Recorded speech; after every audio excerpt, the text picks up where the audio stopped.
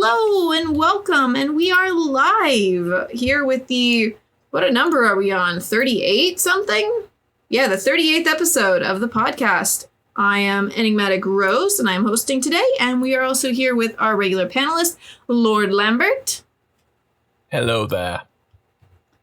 Lambert's a bit sick today. Just a little bit, yes. And then our guest today is Svanley, who has worked on the Bronze Age mod. Yeah, hello. My real name is Björn, but yeah, Svanley goes too. Oh, Svanley, okay. Yeah.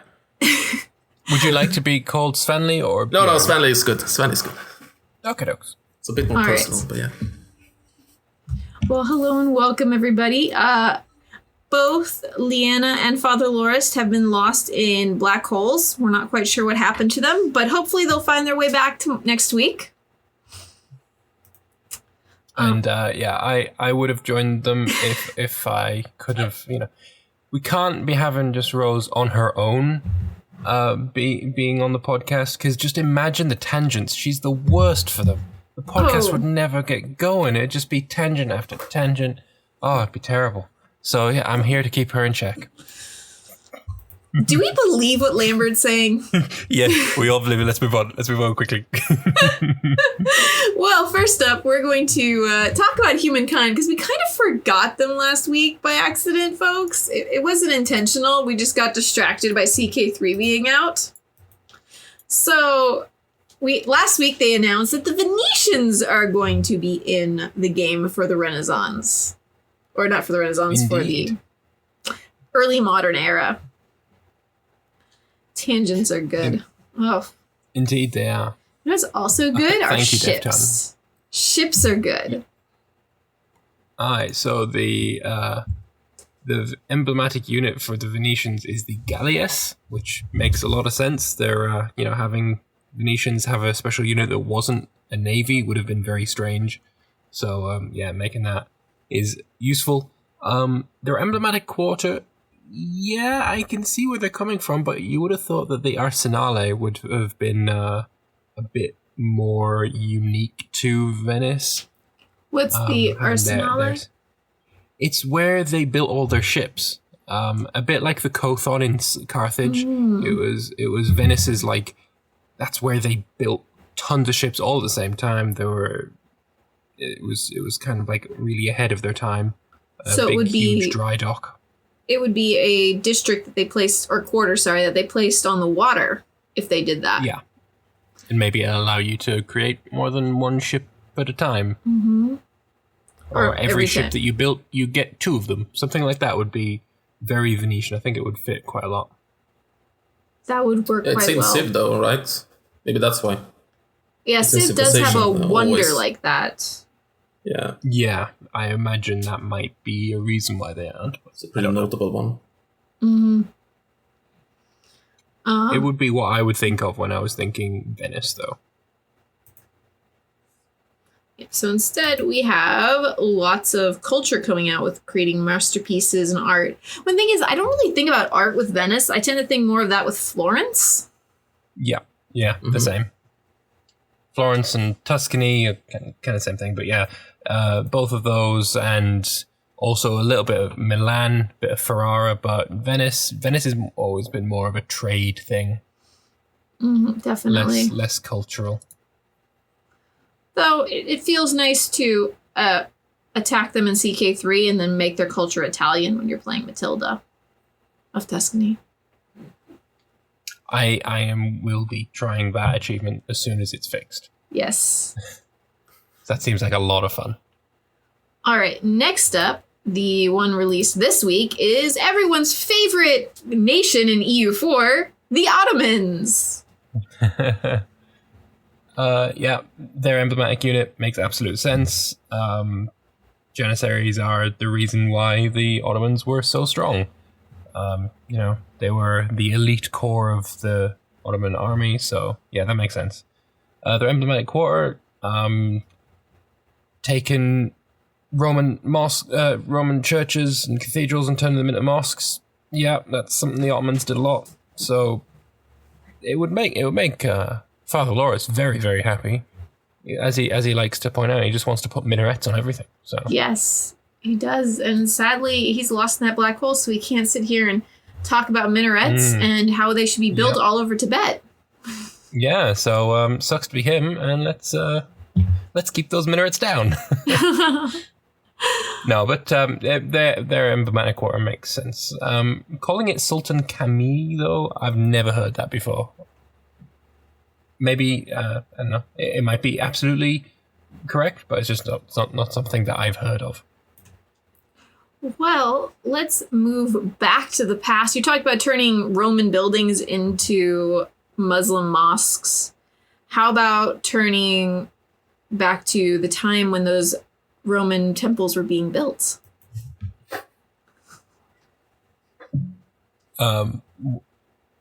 Oh, right. Wait. Yes, there's a fix for Imperator. I had no idea. That tangent was very, very... That was not a tangent. That was a segue. Sorry, I'm sick. That segue was reaching really hard. It was. But I feel like I'm making up with you, Sick. I feel like I'm making up for like 2.5 people over here. Fair enough. Yeah, there was a fix for Imperator, just fixing various bugs that have cropped in with some of the recent patches. Demanding military access hasn't worked at all ever, so having that work again would be nice. And then, changing, especially the one for shipbuilding, makes playing against Carthage somewhat more difficult, as it should be, because it kind of was a bit easy when they didn't build any ships whatsoever. So it's good that they've got that one fixed. I do love this. Solved issues where non-real countries like Narnia or Canada were considered real during setup. I don't know where that comes from. It must be some kind of system whereby they have a hidden country, a fake country that they use to set up defines or what have you, and then it gets deleted. I don't know. I don't know either. Hawaii and Mayo and taxes. Drink, by the way. We've only made it about 8 minutes in. It's all right. Well, I need to make... And you also put Tibet in for Father Loris. Yes, I did. So again, I don't lose that. But he's not here actually to mention it. Yeah. Also, as the Gamma Day says there, we haven't had a dev diary in a while, but we got a message on Monday saying that sometime during this week we're going to get a dev diary about the next patch, which will be Vitruvius. My prediction will be something to do with a building overhaul. Vitruvius was famous for the books on architecture, both military and civil, that he wrote during the lifetime of Caesar and Augustus. And actually one of his quotes is in CK3, a quote from Vitruvius. So I'm thinking definitely there's going to be something about buildings being overhauled. But we'll have to wait and see on that one. I would like to see a building overhaul. I think very fittingly, we've got Svanley here, and the way he did buildings in the Bronze Age for Imperator is probably the best way I've seen buildings done in Imperator mods. So I kind of hope they do something like that. Yeah, do you think it's going to be a patch before the war update? Or because it kind of seemed like that. So. I kind of think so. Yeah. I think we're going to get a small building, and I don't know what else would come with a Vitruvius update. And then we're going to get a war update. But I don't know. I'm just looking forward to getting the dev diary on it, because I've had a thumbnail made for 2 weeks now. I'm itching to use it. All right. Next up, we have Space, the Final Frontier.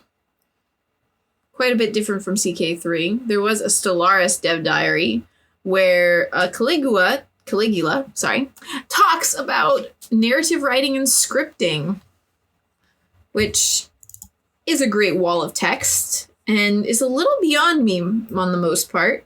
But it talks a lot about computers' processing powers and why Stellaris has some performance issues late game, possibly.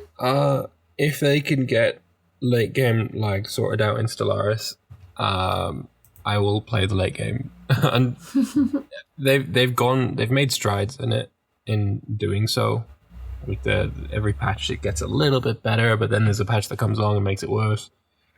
If they can get that fixed, I'll play late game, but until then, late game is just too awful to play. Yes, especially when you're playing on a larger map. If you play it on like a tiny galaxy, it's not so bad, but then, you know, you don't usually have a late game because you can conquer everything before then. Oh. More fun anyway. Like how playing with the mod that adds, you know, galaxy sizes of like 5,000, it is more fun and it is more enjoyable and it's more strategic and depth and more diplomacy, but then you can't go more than 150 years because then the game crawls. Yes, you sit there on speed 5 and you're just watching the time tick over like you're on speed 1. It is the antithesis of CK3. It is the slowest Paradox game. Definitely. But to a game that's not so slow, we do have an EU4 dev diary today. Indeed. Which we're not going to talk about too much into this one. Yeah. Yes, because as someone pointed out on Twitter, Leanna has lots of things to say about this one. And so we will continue discussion of it next week. But we do want to mention it and bring up the fact that Groggy is now taken over from Neon DT. And he is bringing us to focus on the Americas and the native tribes there and a lot of the changes that are going to occur. I will just point out, he's taken over and writing the dev diaries. Yes, I have no idea what's going on with their job situation. I don't think we're not mentioning that. Yeah. As in a good or bad way. It's just, there's nothing about that. No, he's taken over writing the dev diaries. That's entirely what I meant. Yeah. I think it's, without going into like the flavor of it, just the ability to have your country written over land that isn't there, like that kind of transparent area that is still your country but also not your country, that's really interesting. I wonder if they can implement that in other places as well. Like that's really interesting. Yes, you can paint the map without paint. Well, I mean, you're painting the map with a really thick white border, but nothing else. All the bits inside are fine. You're just painting the outside. You're not painting anymore. You're outlining. It's a wall. But yeah, it's really interesting to me. But we will talk about that more next week. So tune into episode 39 if you want a detailed discussion. Yes, exactly. But we do have a detailed discussion today about Crusader Kings 3. You know, the game no one wants to talk about. No one wants to play. Worst possible game Paradox could have ever come out with. Right, guys?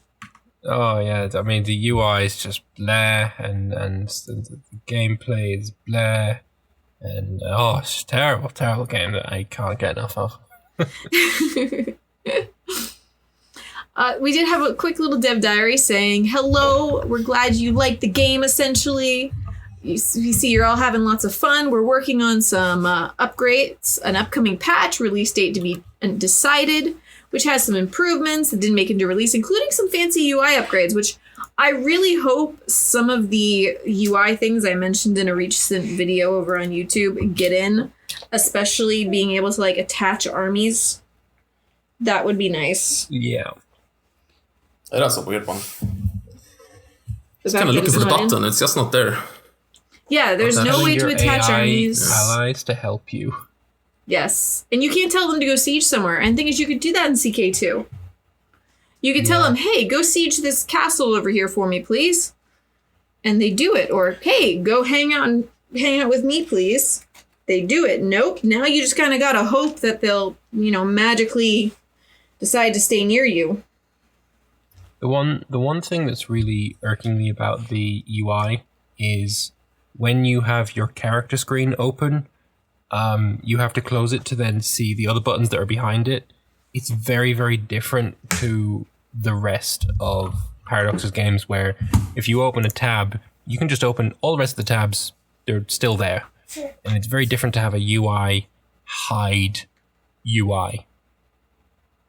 Yep. It's a bit weird. There's also other things like when you're searching for characters, you can't search by who has claims from the regular character finder. You can't search by who would want to actually join my court, which was one of the nicest ones for CK2, like the easiest to use, or not easiest to use, the most commonly used. You also could not, or you can't have presets for game rules or for character finders, which is a little frustrating. I don't know if you count this as UI, but remember my game rules, please. Yes. Oh, I counted that as a UI. I totally did in my video. I think it was number 1. Because I don't want to forget, again, to not turn on total exclave independence and restricted diplomatic range, because the game ain't fun with those on. No, without those. I really hate the border gore that occurs when you don't have those on. So it's like an every single time turn those on for me. And when I'm recording as well for YouTube, kind of need to turn off the nudity. Yes. Daddy YouTube ain't a very liberal person, so gotta fix that. And having to do that every time it's getting old. It's getting old. It is getting old, and it doesn't even remember that you want Iron Man either. Yeah. Which, when you're achievement hunting, is disappointing. Yeah. I wish I could change the game rules mid-session as well, if it's not an Iron Man game. Like the my run as Norway right now, I kind of want to go and change the game rules so that my vassals can't just go conquer North Africa. Because why would you reach North Africa? What the fuck's going on here? Yeah. But no, I can't, so... Might try and edit the save game to do that. I don't know. I'll look into it.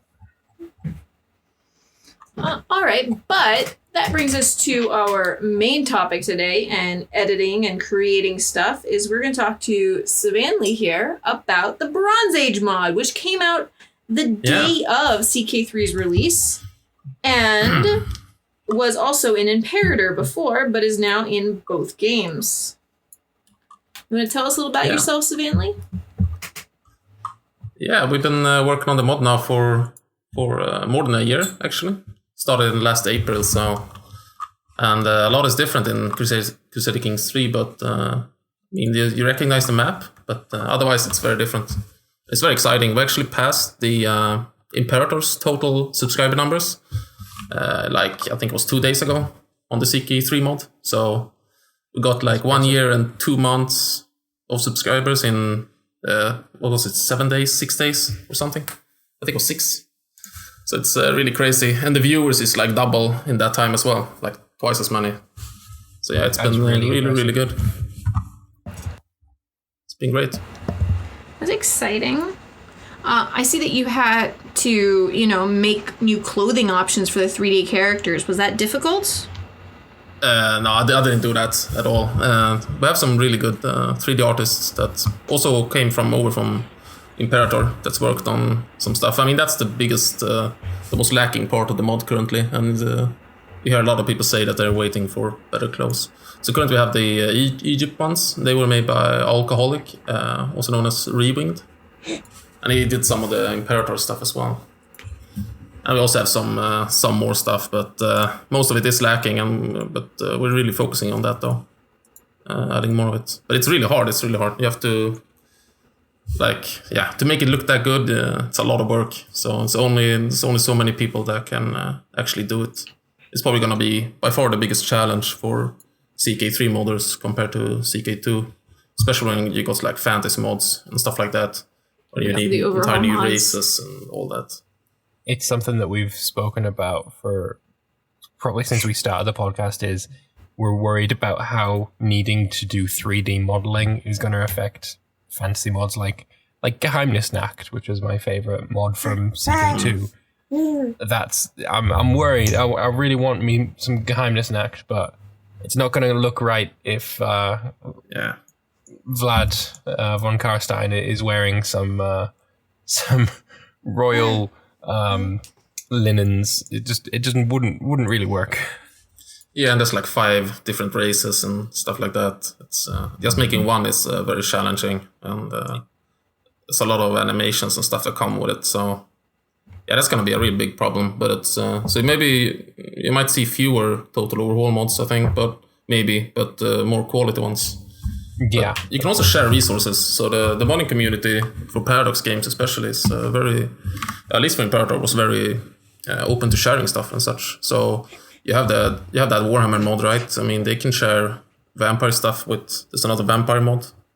Yeah, Vampire Masquerade as well. Yeah, exactly. I mean, they maybe they could share stuff. I don't know what their policy are, but that's going to help things. But it's going to take a while for that to be done. Well, speaking of attacks by vampires, we're being attacked by Vikings here. Hello, Mordred Viking.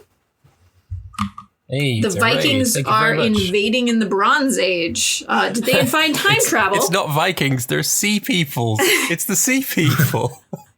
Oh, God. The sea people that we would love to have more information on.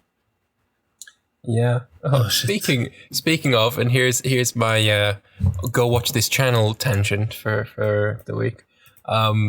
Historia Civilis has a really good video on the Sea Peoples and the Bronze Age collapse in general, saying that it wasn't just the Sea Peoples that caused the Bronze Age collapse. It was a mix of like 5 different things all affecting everybody at the same time, and it's a bit more balanced than just foreign invaders wrecked everything.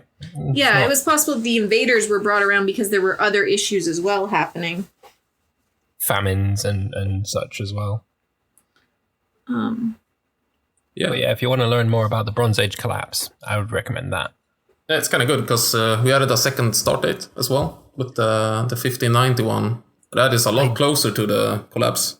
I did notice that, and you'll be able to play as the Hittites as well with that new. Yeah, exactly. Start date. Yeah, the start date is, I think, in many ways superior, like overall. I think the other one has its advantages, but the 1590 it's really great being able to add it. It was a lot of work, but definitely worth it. So what I'm mostly looking at is like for how would this be balanced for multiplayer, because I think that the Bronze Age mod that you had for Imperator looked really balanced for multiplayer. There's not very many huge powers on the map. And I think that's stayed for CK3 as well. It definitely did in Greece. 1590 start date. Yeah. A little bit less so with Lower Egypt and Hatti being so chunky. And Susan and a lot of other ones. Yeah. But it still looks like an interesting place to play as. Yeah, but I think it can be good too, because you can put you can put the less experienced players on the more easier counters if you want, like that stuff. So I think it's a good mix still. But general, you don't. I mean, multiplayer is kind of an afterthought in all these overhaul stuff. So yeah, but also in PDX games in general, I think. Maybe CK especially too. I don't know. I don't mean by the dev team. I mean, I think most people play single player. That's what I mean. Oh yeah. Definitely. Oh yeah. Though I do know there's been a lot of people who've been playing multiplayer in CK3 compared to when they didn't play it in CK2. Yeah, I actually did a bit of multiplayer today. It was 4 of us beneath the Emperor of the Roman Empire, and we were all just dukes within it, and that was a lot of fun. Just having just four dukes or 4 kings and an emperor. It's a lot of fun. I think maybe trying something that like someone can be the duke, the emperor of Lower Egypt, and then there's a bunch of dukes beneath them and a bunch of counts beneath them. Yeah, it's really cool in theory. I would like to organize some games, but or I guess they would be called Heriteps here. Yeah, we will culture titles. Yeah. So what would be the duke level? Oh, that would be Heritep, and then chieftain is the count, or the Tepju, I guess. I'm just looking around the map and there's a lot of things I don't recognize. names and such, It's a but bit more confusing, maybe. Let's see. I don't actually remember what they're called. Question for you. I think it says Sept. What made you decide to actually make a Bronze Age mod, first for Imperator and then for CK3? I think, it was really, I took like a course, an online course in the Bronze Age, especially the Near East, so like Mesopotamia. And I was just fascinated by the era. And actually also was a bit, you saw like some polls before Imperator released by like what people wanted to see. And there was like a lot of interest for Bronze Age. So I think that also played a part of it in it. So yeah, I think it's a fascinating period. It's just so long ago.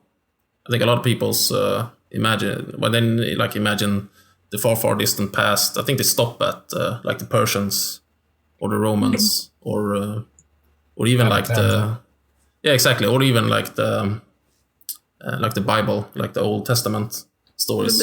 But this is even before that. So I mean, and you already have like very impressive societies, and so yeah, I think it's fascinating. It's like a new world of sorts. And we just know so little about it because what we have remaining is just pretty much artifacts. Yeah, there's a lot of writing, especially in Mesopotamia, because they wrote on clay, and yes, it lasts forever. Like it beats any hard drive. So they have way more than they can even like decipher. So so some places actually have a lot of information, but other places have like none. So yeah, it's kind of a challenge, but also an opportunity as a modder, because you can it gives an opportunity to be a bit creative also, like do your own interpretation. We have a question from chat. So in CK3, the pyramids are on the map, and they're a kingdom level building, essentially. Can you build the pyramids in the Bronze Age mod? No, not currently. So that's one of the things that was lost by moving. So yeah, I mean, it was very complicated adding it to Imperator. I mean, it was its own whole thing. But it could come in later, but it would probably not be in the same extensive fashion it was in the Imperator mod. Because it was very complicated in that one. I will say though, we do have it in at least the 1590 that I've got open. We've got the original, like the Pyramids of Giza in there. Yeah, exactly. I'm missing Loke for that, but yeah, yeah, they are in. You can add. I mean, I could just add some like special building slots along the Nile, so you can build new pyramids like that. But I will zoom in and take a look at them in a second. My hands are full feeding Rosebud at the moment. Our mascot. Yes, our mascot is here, and he's eating. What was the hardest thing about making this mod? I think in general, just the titles and doing the map and the setup and everything, making the history file and all that. So I actually made some like special programs, some new programs with like C# to help with creating all the history, because it's just so much. So yeah, definitely the titles. Because I mean, even though I got the map from Imperator, I still have to divide them up into the counties and the kingdoms and duchies and all that. So that was definitely the hardest part, for sure. Conversely, then, what was the easiest bit?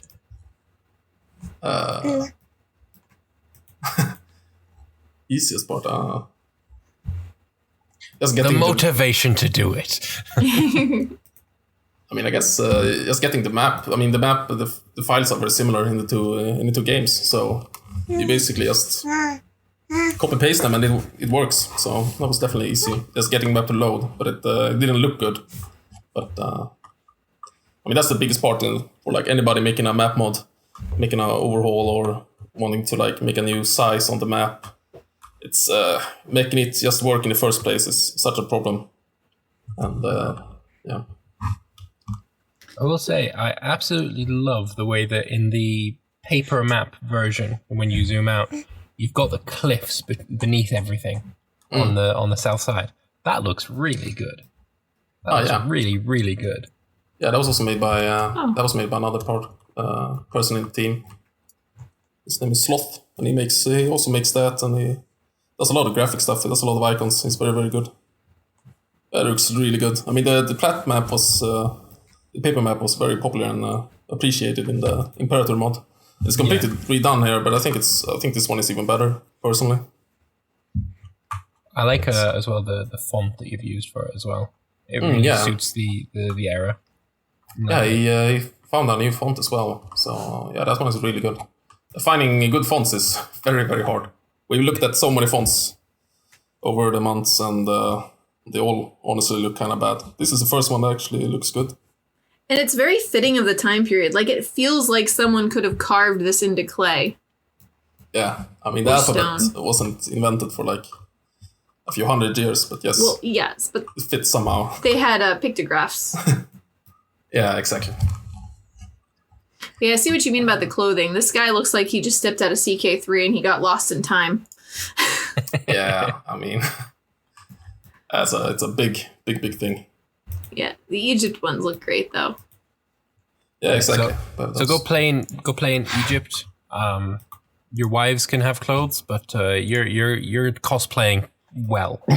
Yeah, that's for now though. The wives aren't done yet. They're actually gonna be topless as well. Okay. Very exciting. Will there be a rule, of course, to turn off nudity?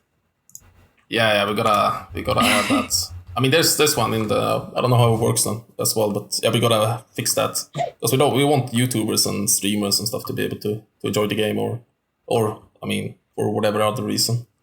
So I'm looking here at the technology, the cultural innovations, and I see that you just use the pictures from the base game, though of course everything's renamed to better fit. Do you have plans in the future to have pictures that better fit the era? Yeah, definitely. That's it's just a lot of work, and that's one of the things that was put to the side to be able to make release. It's there's a lot of immersion breaking stuff like that. I could also just go in and like fix them a little bit, but we try to not use too many like any copyrighted stuff in general.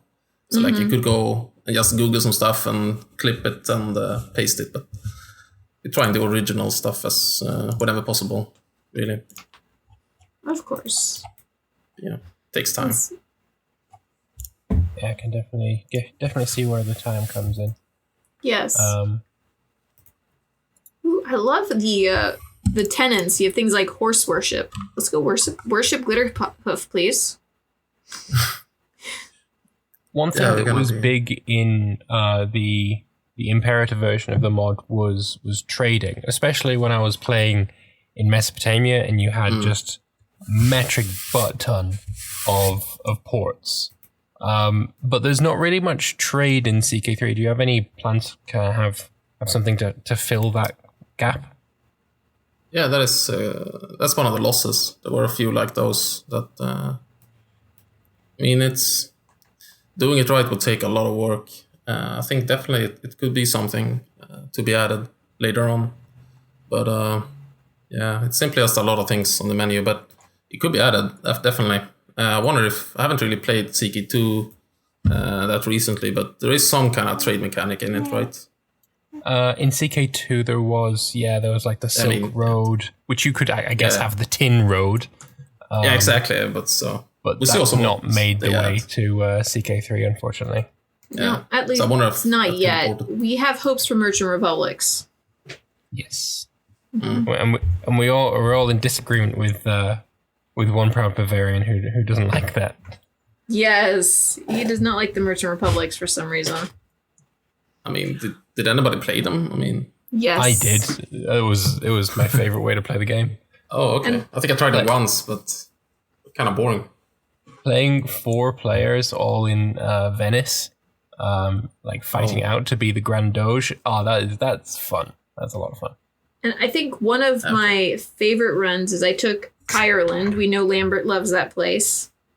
Played with them as tribal and turned them into a Merchant Republic. And of course, that was even though it started in 769, that was the one run where the Norse did not actually manage to reform the Germanics did not reform their faiths. So they all disappeared and became Catholic. So there were no raiders. Oh, it was glorious. So much money pouring in. After a certain point, though, you run out of money. Well, Or run out of things to spend the money on, sorry. Yes, you do run out of things to spend money on. But see, I was doing the achievement to get like 80 trade posts. So as well as collecting money, I was murdering all the other houses as soon as they built a trade post or two. So I was just stacking up trade posts. There was a lot of murder going on. It's not healthy to become a great house in the Republic of Ireland. It was not at all. Fair enough, then. I mean, everyone plays CK in their own ways. If you want to be a murder hobo, that's totally a valid way to play. Well, speaking of like more fundamentals and such, how do you feel about the modding tools in CK3? Especially compared to the ones in Imperator that you worked with before.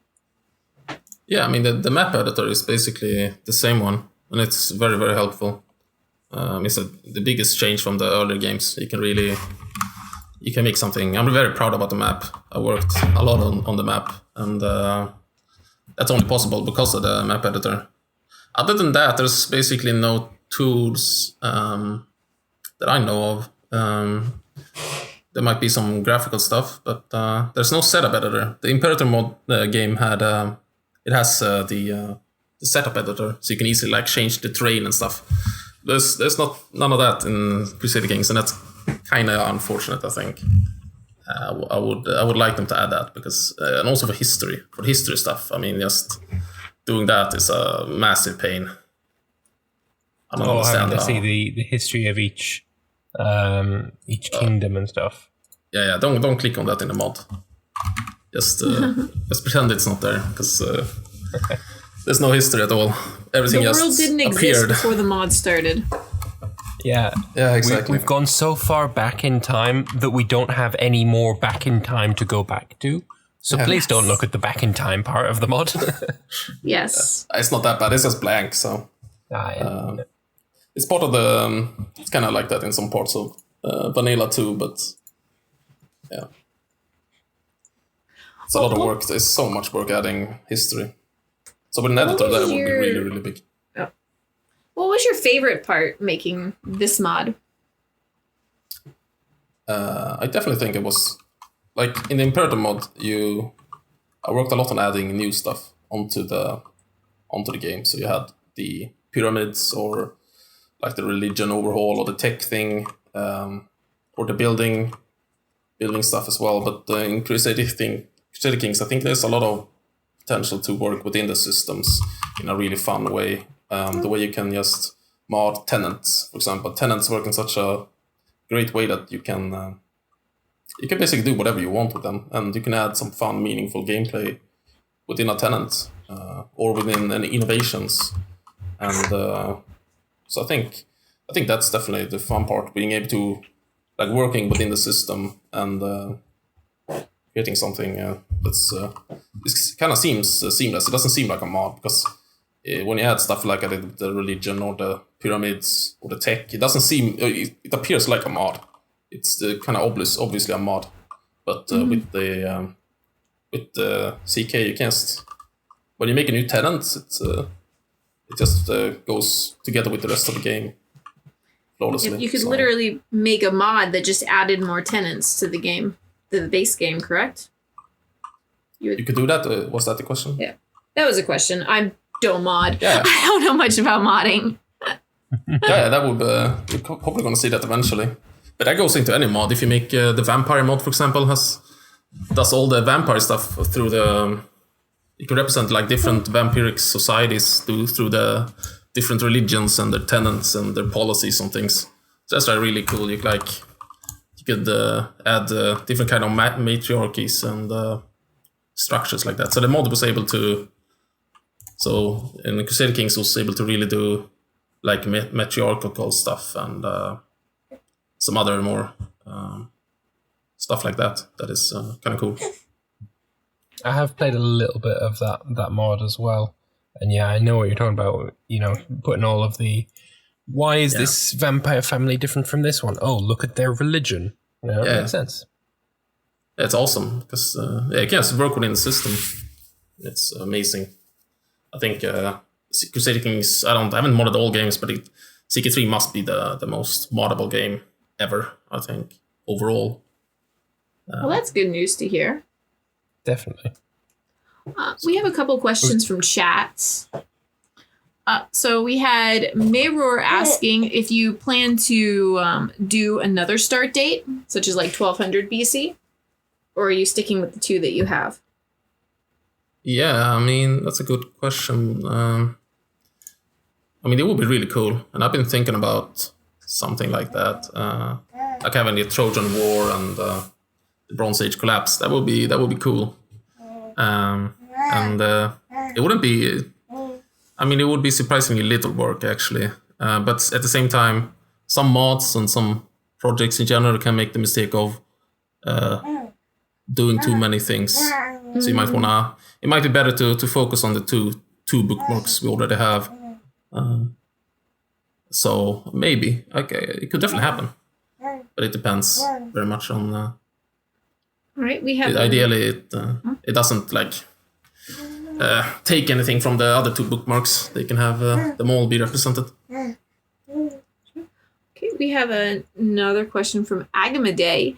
Do you feel that CK3 fits the mod better than Imperator? Overall, I'd say yes. I mean, it kind of depends on the person though, because it depends on what you value in within the mod or within the era. So all the stuff you can do. I mean, the stuff you can't do, like not representing trade, is kind of a big one. And to some people that can be a deal breaker. Other people really enjoy the character aspect and having like big important persons be characters and have all that, and the religion system and the culture system can like outweigh the losing trade and pops. So I would say overall, definitely, I think so. I mean, that's why it moved. But I think it depends on the person. For some people, it's a deal breaker. So you said it mostly depends on whether you are looking for more character-driven or country-driven kind of gameplay. Yeah, to some degree. I think counter-driven gameplay is good in CK as well, but in a sense. But I'd say it's more about specific mechanics like trade and pops. That's fair. So you said you moved to CK3. Does that mean that the Imperator mod is not going to get any more updates, or what? Are you still keeping that up to date with current versions of the game, or what? No, not. It's already. It's on the 1.4.2 patch, so it's not up to date with 1.5. And I mean, a big problem is the CK mod expands the map to Anatolia. And it adds the second bookmark, and it adds stuff like that. That if the Imperator mod would get an update, it would not have those because that would take so much time. So then in the end, then adding patching the Imperator mod would still not be great. I think a lot of people would just think the CK version is simply better. So I don't think so. I don't think it will be updated. It could change. It also depends on what happens, what changes Imperator gets and stuff like that. It might be something worthwhile. I don't know. But generally, no. Okay. What do you see you adding to the Bronze Age mod in the future? Besides, clothing for more cultures and artwork for innovations and such. Yeah, in general, it's just more. So like more innovations, more tenants, and more clothes. Like you said, that's a big thing. Fleshing things out like that. And but otherwise, we're talking about a lot of new, more exciting things. And one of the big one is adding cults to the mod. So right now we have very big homogeneous religions that are very big and kind of they don't have a lot of depth to them. So adding like more So adding some cults, like a cult of Ishtar and stuff like that. And so to really split up all the religions so that they are a lot more interesting. That means also you can, like, as a ruler, as a character, you can pick and choose between different cults and as a player. And because right now you're kind of locked in you're not locked, but if you're Sumerian, you're probably going to stick with Sumerian. But then you can, like, pick and choose between different cults in Sumerian religion. So that's... I guess CK3 would work a lot better for that as well, as you can have... the different religions have relationships with one another. I'm just thinking mostly of the example of insular Christianity is not seen as being utterly hated by the Catholic Church. They're on friendly terms, and I guess if you have different cults of Cometicism, they all beneath the main banner of Cometicism, I guess that would work pretty well. Yeah, you can do really cool stuff with that. I mean, that's super easy to do. So, yeah, exactly. They can have perfect opinion of each other, which kind of seems realistic. And they can also, you could have, for example, they often saw their other gods. Another culture had their name for the storm god was Baal Hadad, but another religion, Sumerian, or called it like Ishkur, and they would have some they would have some relation if it's like they are closer than others. So you can also make two religions, two faiths that both worship the storm god could be closer to each other and more friendly because of stuff like that. So yeah, you can do so much with that. That'd be pretty cool. I'm looking forward to seeing that.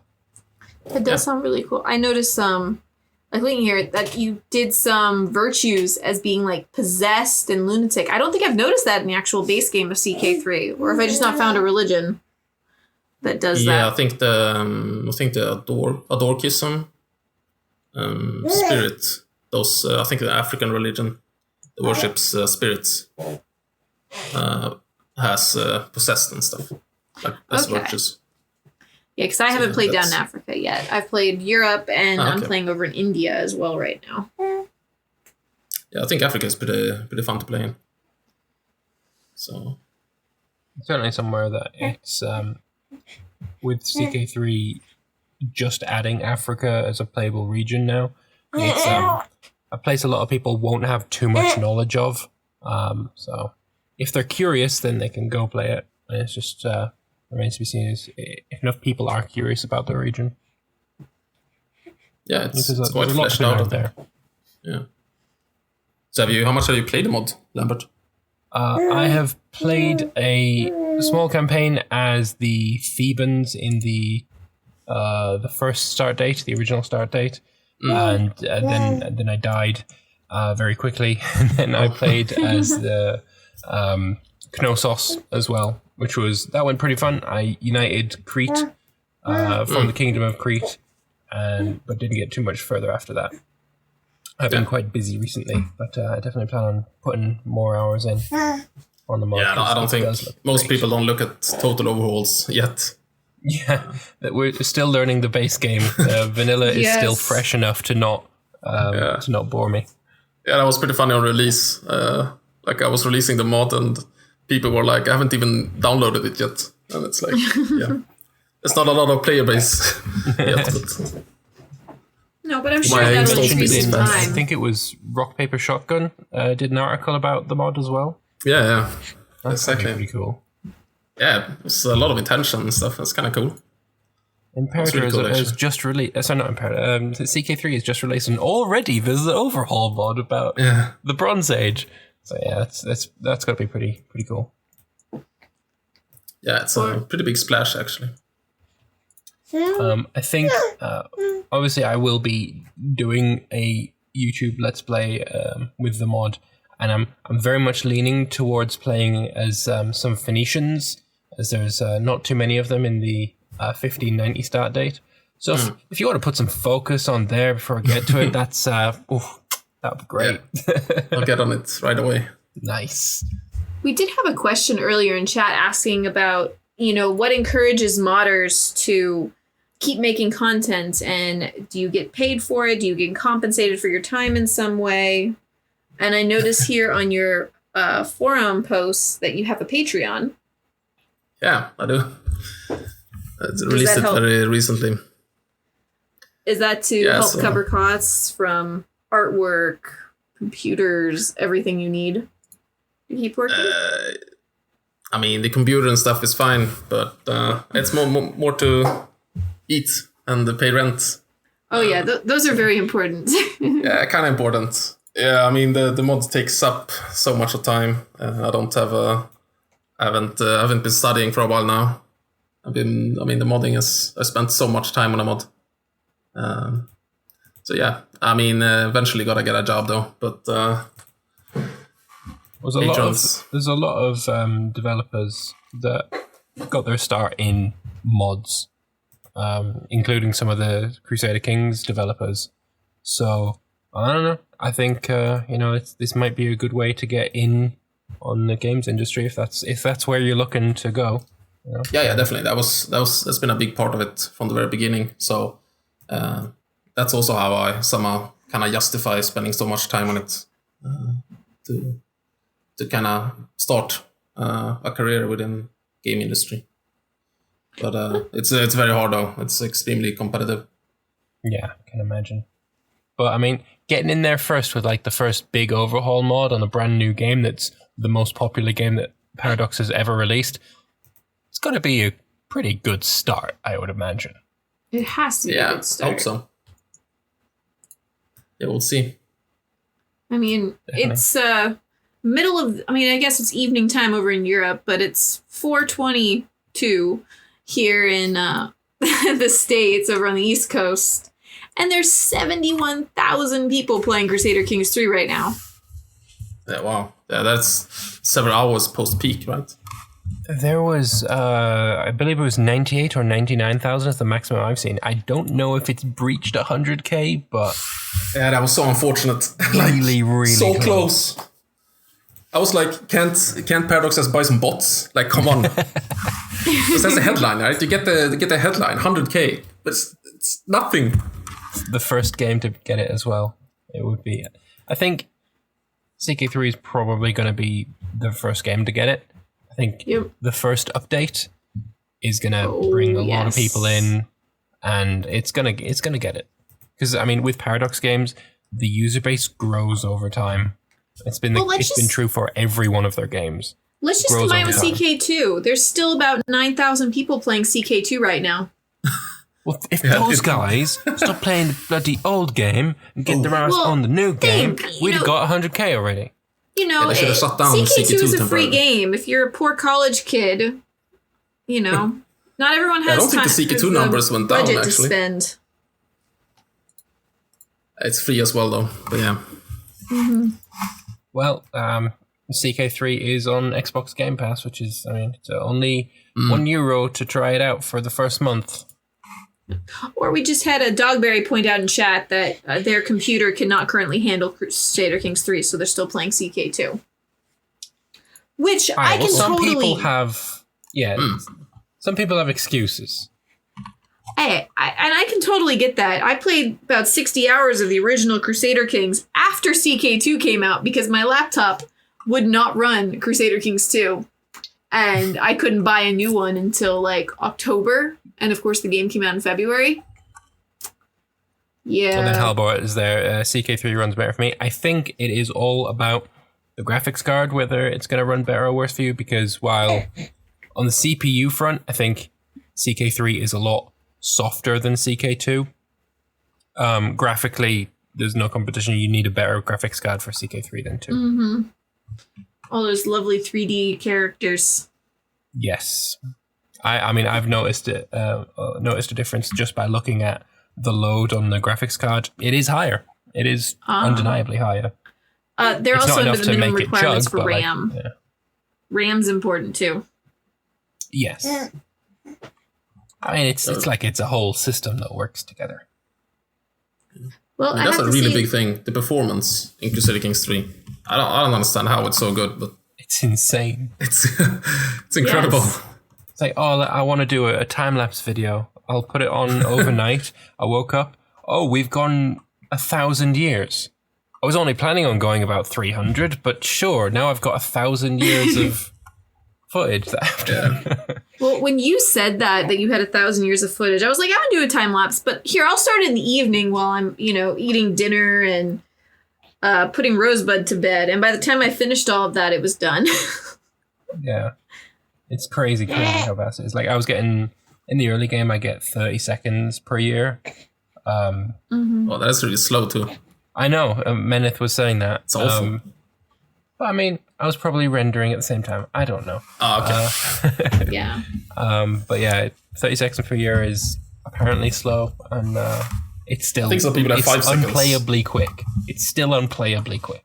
Yeah, that's the funny part. I feel like they need 6 steps, not 5. Because they need like a step above 4 that's playable but fast, but not 5 fast. Yeah, the new Speed 5 can be, this is what you got on Speed 5 on like EU4. And now level 6 is the maximum one. It's so good for modders too, because I mean, you kind of don't even need to. I don't even know if you need to consider performance too much. Like you can't do crazy stuff, but you have so much to work with as a modder. The game is probably gonna slow down as they add stuff, but as a modder you can add like super complicated stuff because I mean the performance is so good. It wouldn't matter, really. You might even make Speed 5 playable. You may improve it by slowing it down. I mean, that's the goal. That's when the mod is complete. When Speed 5 is playable. Yeah. Okay. It's like the stopping point. We can't add any more. It's now playable. We're stopping. So, off of the Bronze Age mod, but Svanley, what do you want to see added most to CK3? Like either just the base game for you to play with, or the base game so that you can mod it for your game, for your mod.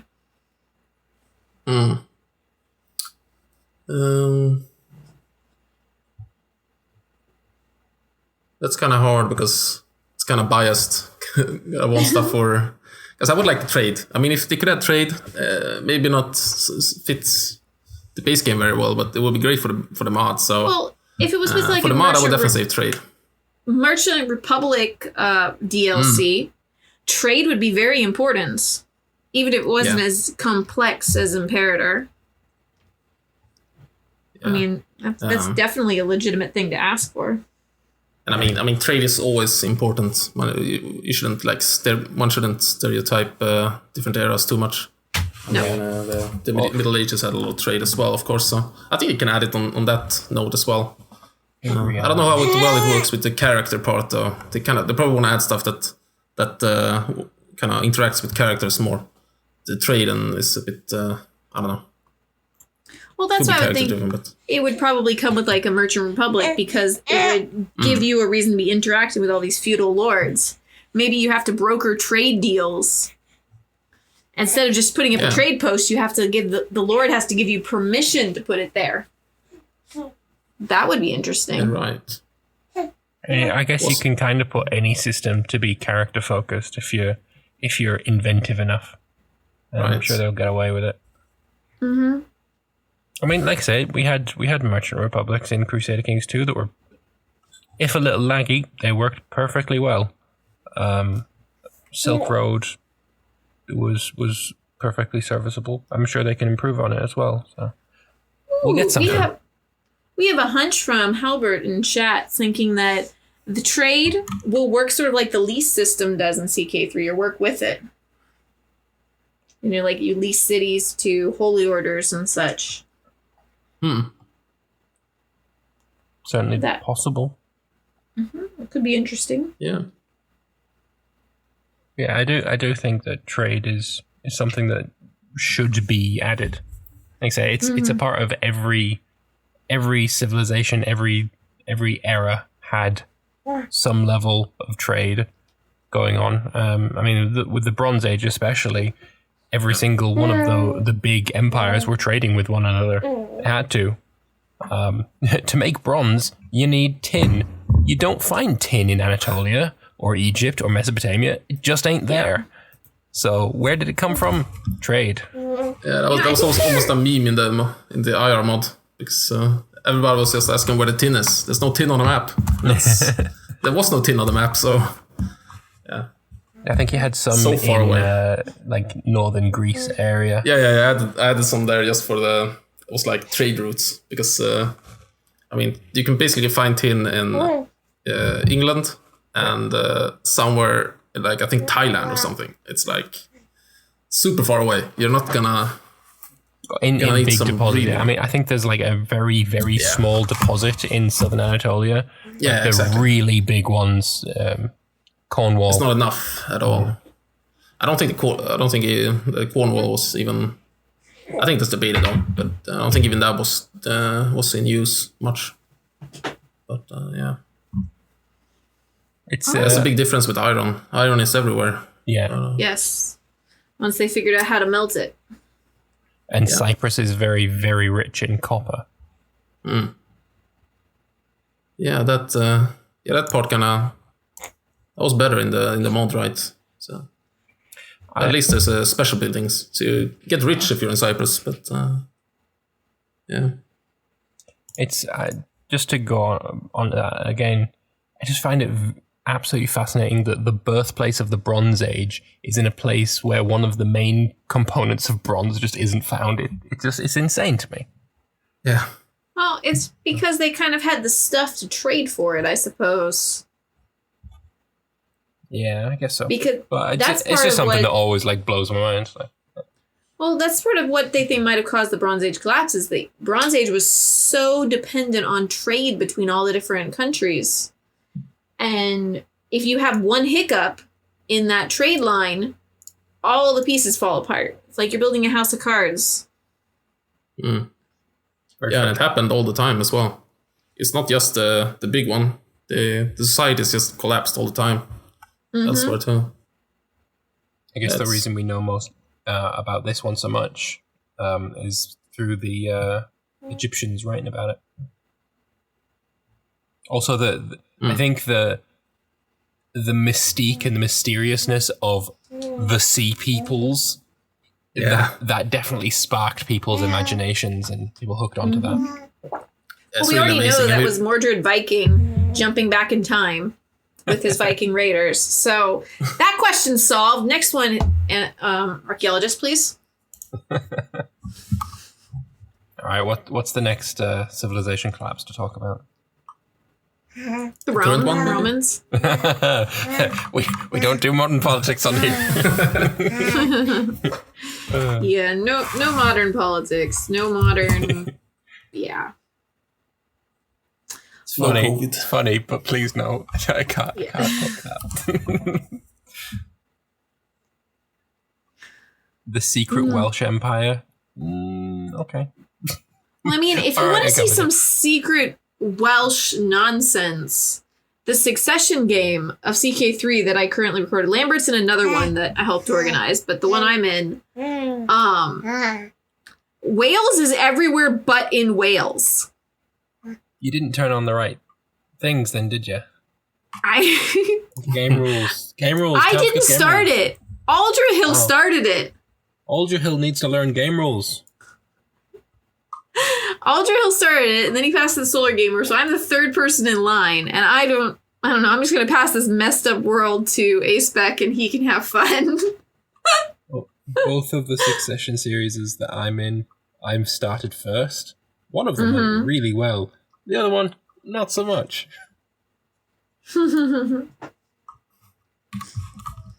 Because you're also doing the streaming one and the recording one, aren't you? Yeah.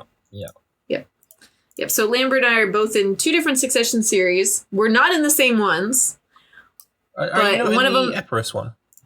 Oh, I mean, no, I'm not in the, I'm not the Byzantines. I'm playing the Bajik of, oh God, what's that place called? Balik of something. Balik of Samara. There we go. All right, With Prussian Prince and Guillotine Girl. interesting. You know, I tried to give us all different settings and starts so that all four are interesting if people want to watch all four of them. Yeah, it's been really, really interesting so far. Hopefully, my kids are taken care of by, I think it's Zaldor after me in the streaming one, and in the recording one, it is Alzabo HD. So we'll see how they fare. Yep. I believe Zaldor's streaming his tomorrow, correct? I think. Sure, I think. I don't know. Have to look it up. I think. And I think Prussian Prince is also things. streaming his tomorrow. I don't keep these things memorized. I don't have that good of a memory in the best of times. Well, back to our discussion about the Bronze Age. You know what might be fun, actually, is doing a Succession series in the Bronze Age mod. Pharaoh Succession would be a lot of fun. I could see that working well. Oh, yeah. And then you don't have to worry about what Svanley was saying here about multiplayer not being a real consideration when making the mod. Yeah, I think Succession is probably where CK multiplayer shines the best. Because you're thrust into a situation where you have no idea what's going on. The map is completely different to anything you've experienced before because it's not the start of the game and it's not a set start date. It's a really intriguing way to play the game. So even if you're not recording and streaming, try and set something like that up. Do you know what would be so much better, though? I wish they would add in for CK3? The ability to rename your grandchildren. Or your children, up to like age 10, like you could in CK2. Because right now you can name your children. And then your child, still living in your court, who you get to decide his marriages, he starts having kids, and you get no say in what he names his kids. In fairness, I am not a fan of my real life name, and if I got my parents to name my son, not so happy with that situation, honestly. Yeah, but Mom, Dad, I love you, but my name is shit. But on top of that, you're also not like living in their castle, your entire life dependent upon them giving you food and shelter. I mean, true, but like, it's my kid. I'm gonna bloody name him. But also from a parents. streamer or YouTuber point of view, I want to, like, especially when streaming, I like to rename the kids after subscribers in chat or other people in chat, and That's fair. you can name your grandkids. Valergane is saying. It's strange to name someone Lambert 2191. Well, who would name somebody such a stupid name? You would name them something excellent instead. Like, let me just open Twitch a second. Like my new name. Lord Lambert. Yeah. I'm now Lord Lambert _ not Lambert 2191. Thank you very much. All right, though I think wrap this up. So, Svanley, what are your plans for the future? Are you working on anything else besides the Bronze Age mod? Yeah, I'm actually working on another big mod. That's was kind of planning it to have it released by now, but I'm also working on an African expansion mod to add Zanzibar and Africa all the way down to Zimbabwe. So that's also a big project as well. Yeah, I just need to get the motivation to kind of finish it or whatever. So yeah, that's a kind of big one. The immediate plans is to work on 2.0 is the kind of main focus. Kind of start planning for that, to have a big version. It's a big update. So it's gonna be the cults that I mentioned before, and a lot of other stuff still being ironed out, but and a lot more clothes because we need that. Yeah, Phoenicians, remember? Yeah, and that too, of course. Everyone loves the Phoenicians, though, don't they? Yeah. Baal Hamun be praised. Yeah, gotta have that cult. Oh, apologies, Rosebud wants to talk to all of y'all. Like I said, it's our mascot. If you don't like baby chatter, then different podcast would probably suit you better. Yeah. Okay, Lambert, what are you up to? I am doing 3-lane games, EU4, CK3 and Imperator. And I'm going to be exploring the Bronze Age mod fairly soon on my channel. As well, streaming some random games. I'll probably do some Wasteland 3 later this week. And a bit of Necromunda Underhive Wars as well. That'll be over on Twitch. But you can see it all, in the links. Just follow them, you'll find my stuff. Should be good. Hopefully, you'll like it. I'm very bad at pimping myself. Rose, what are you up to and where can people find you? Well, I'm on Twitch and YouTube. I'm trying to stream about 3 to 4 times a week. All of it Crusader Kings 3, though there might be a stream of checking out the Sims 4 Star Wars expansion. Which just, I never thought I'd say something like that. But there'll be a stream of that probably sometime in the future. But most of it's Crusader Kings 3. And then I've got 3 to 4 videos going over on my YouTube, Enigmatic Rose 4, over on where either I'm playing through a regular sort of heavy roleplay series over in the Kingdom of Pagan over in India. And there's Succession series stuff going up soon, as well as the occasional achievement video, which there will be more of those when actually achievements are not broken in Crusader Kings 3. Starting as this character, continue playing as this character until you get the achievement. Don't dare turn off your bloody game. Yes. So if you don't know, everybody, there is currently a bug with achievements in Crusader Kings 3 where if you start one of the achievements that say starting as, like, Matilda of Tuscany in 1066, if she dies and you close your game, that achievement is now disabled because you are no longer her. That's not the way it's supposed to be, and it's on the list to be fixed, and I'm assuming it'll be fixed in the first big patch, hopefully. But until then, it means the starting as achievements are sitting at pretty much 0% over on Steam. Because unless you want to leave your computer up already, it's kind of hard. Just fix it by changing the text. Just be in one go. So yeah. Mm-hmm. I did see someone already having 100% achievements. I'm going to call hacks on that one. Yeah, I think Black Ninja said he had them all, but he had to check them off somehow or something. Yeah, I mean, the developers having them all, totally believable. Random guide, getting them all in 9 days. Sorry, don't buy it. Aren't they kind of simple though? They seem kind of easy for the most part. Well, it's like I saw someone tried to say they got their character to be immortal, and I asked for a screenshot, and they gave me a screenshot, and it was the immortal trait from CK2 photoshopped onto a character from CK3. I was like, yeah, no, that's not it. Nice try. Try again later. Mm-hmm.